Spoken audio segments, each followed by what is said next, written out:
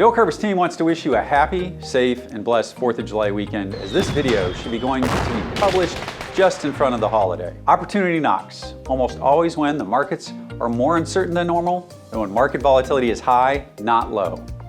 Your highest returning investments will almost always come from those investments you make during economic slowdowns or recessions, not during economic boom times. Now that the S&P 500 has joined the Nasdaq and has officially entered bear market, should you raise cash? Or now that the asset manager positioning, which is contrary bullish, is beginning to flash a buy signal not seen since September of 2016 and 2011, should you marginally add to your investment holdings if you can? Is it time to dump technology stocks, or would it be better to add some back? Take a look at the 20-year chart on the Nasdaq Composite since the internet bubble bottom in 2002. The relative performance on the Nasdaq comp is now back to its 20-year trend line, and the index has found support on its 50-month moving average for only the 10th time in 20 years. Are you going to be a buyer or a seller of growth stocks and tech stocks down here? Think of your investment returns since the recession in 2008 and in 2009, or even since the COVID recession in early 2020, if you didn't panic back then and you didn't reallocate away from stocks at that time. If you didn't eject during those periods of elevated economic uncertainty. Think about how much better your incremental returns would have been if, instead of withdrawing from the markets and trying to hide short term while the markets were already down, think if you had instead added marginally to your holdings. I'm Chris Paris with Oak Harvest Financial Group in Houston, Texas, and welcome to our team's weekly Stock Talk podcast. Before we get into this week's topic entitled Opportunity Knocks, please take a moment to click on the subscribe button and click on the notification bell so you'll be alerted when our team uploads our latest content. For the first time in years, it's been a trying first half for investors invested in both the stock and bond markets. There has literally been no place to hide. The standard 60-40 portfolio has been a bust year to date. While our team had expected a rocky and down first half of 2022, and we laid out that case for the market's first correction in the first half of 2022 last November, we didn't foresee the magnitude of this current downturn coming in the first half. We had previously thought we'd get a reprieve in the second quarter before succumbing to a summer swoon in the third quarter, bringing us into a bull market buy in both price and time. Given what looks like a pulling forward of this swoon into the second quarter of this year, we wanted to provide some early signs of optimism, titling this week's Opportunity Knocks Early. Virtually everyone I hear on TV had ratcheted down their expectations for stocks this year. That's understandable because the markets have declined, the economy has slowed, and inflation remains high.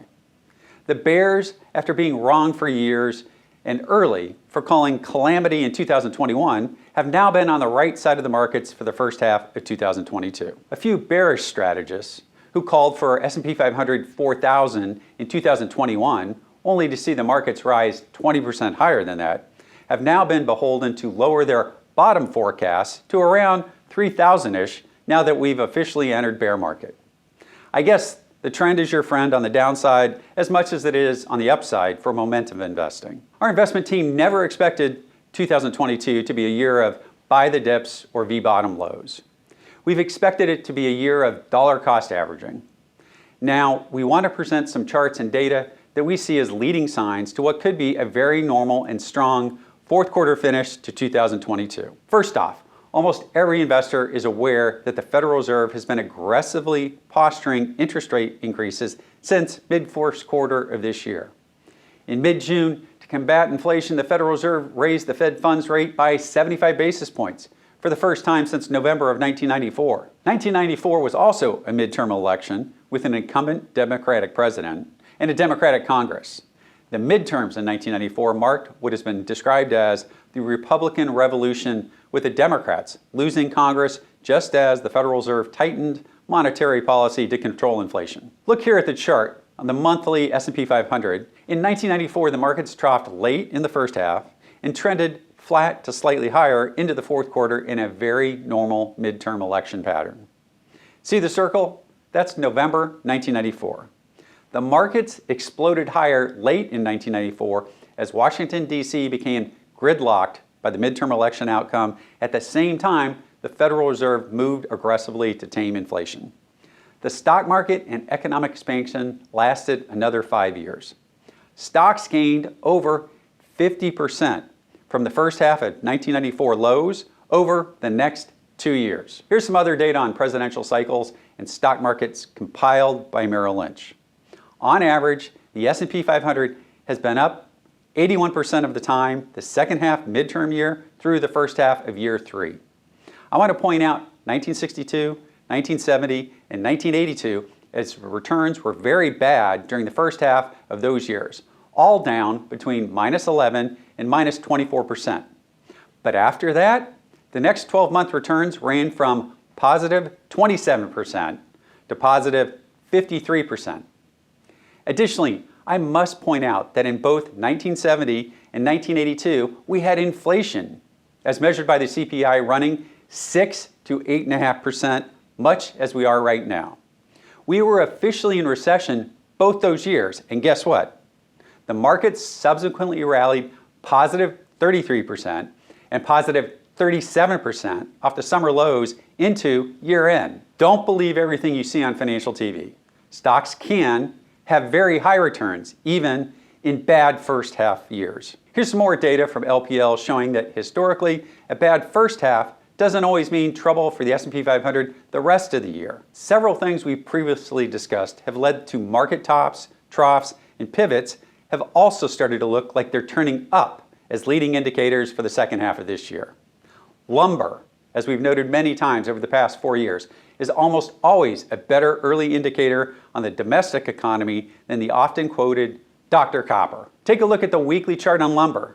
Many on TV are now pointing to it as having dropped over 65% from the highs a year ago as a deflationary signal.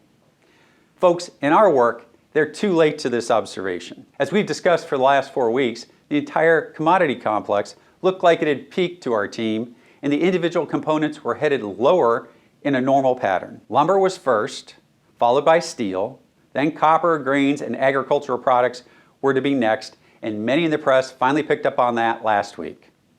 Energy prices are usually the last, as they're the most widely affected by broad global economic activity. Folks, however, in our work, lumber looks like it's nearing a bottom as it's first in and out. And even though housing demand looks to have peaked, I would recommend you go build that fence you've been putting off for a few years. Inflation, everyone I know is worried about higher prices and inflation.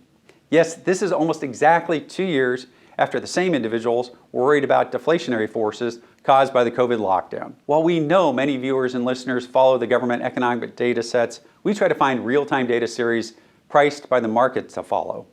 In that vein, the bond market's pricing of inflation, also known as the 5-year break-even inflation rate, peaked months ago at 3.75%, and it's already dropped below 2.75%. Lower commodity pricing will surely help the second half of 2022 and 2023 inflation numbers. Shorter-term inflation reading measures like the 2-year break-even peaked at 5% back at the end of March, and it's already dropped 1.25%. These charts look to be headed in the right direction of longer-term inflation rates in the 2.25% to 3% range over the next 12 to 24 months. Yes, this is higher than the long-term Fed goal of 2%. However, if investors wait for the official inflation data to roll over, most likely you will be late and the markets will already have moved substantially higher off their lows. Finally, I'm going to leave you with one last data series that has proven for years to be an excellent contrary market indicator. What is it? It's the Citi Economic Surprise Report, which tracks reported government data versus economic expectations. This series just broke below the -75 level for only the 5th time since 2008-2009 financial crisis. Each time we've reached this level previously, including the COVID recession in the first quarter of 2020, it was near the lows in both economic sentiment, activity, as well as stock market returns. Viewers, remember, over shorter time frames, stocks tend to behave around a combination of sentiment, expectations, and momentum. Meaning, in layman's terms, prices reflect, are things getting better or worse for a company?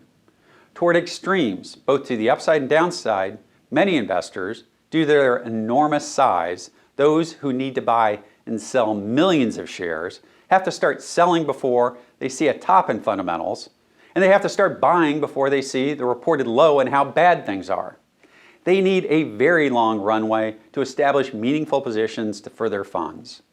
This is why stocks often peak when things are still looking rosy and perfectly clear, and why they trough when things are still looking cloudy and uncertain. Our team at Oak Harvest knows that 2022 has been a trying time for those in both the equity and bond markets who are not trading oriented.